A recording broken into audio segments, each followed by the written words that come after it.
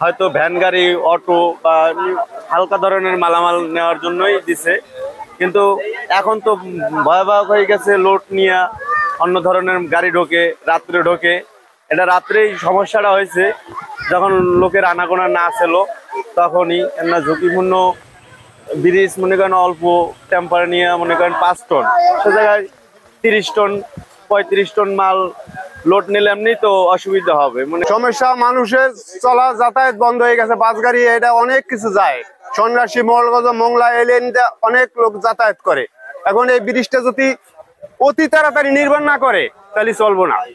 তিনটায় আমরা তো আসছি, এখন দেখতেছি এই অবস্থা। তারা মাল আপনার 5 টন মাল ভরার কথা, সেখানে আপনার 30 টন মাল বোঝাই করছে এবং এখানে 2000 মানুষ আছে। জীবনের সব আয়োজন এখানে একসাথে। যারা যে ভোগান্তি, তারা যাতায়াতের জন্য খুব কষ্টকর, এবং আমি জেলা পরিষদের মহোদয় যারা আছেন তাদের দৃষ্টি আকর্ষণ করেছি আমরা দ্রুত এর ব্যবস্থা নিন। এবং এইগুলো আপনার 30 টন মালের মতো বোঝাই করা হয়েছে, এগুলো তদন্ত করা উচিত। কেন 30 টন মাল এখানে উঠে মানুষের ভোগান্তি করা হয়েছে।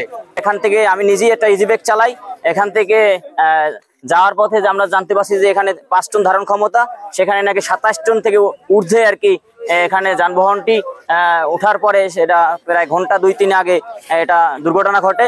আমরা এর তীব্র নিন্দা প্রতিবাদ জানাই। অতএব এখন আমাদের এখানে আমাদের এখন উপায় হচ্ছে যে আমাদের এই সংযোগটি তদন্ত করে আইনের আওতায় আনা হোক, এবং জেলা প্রশাসন মহোদয় অনুরোধ জানাচ্ছি, আমরা এখান থেকে পিরিজপুর থেকে প্রায় সন্ন্যাসী প্রায় 30 কিলোমিটার, সে এখান থেকে যাতায়াত করে অসংখ্য যাত্রী।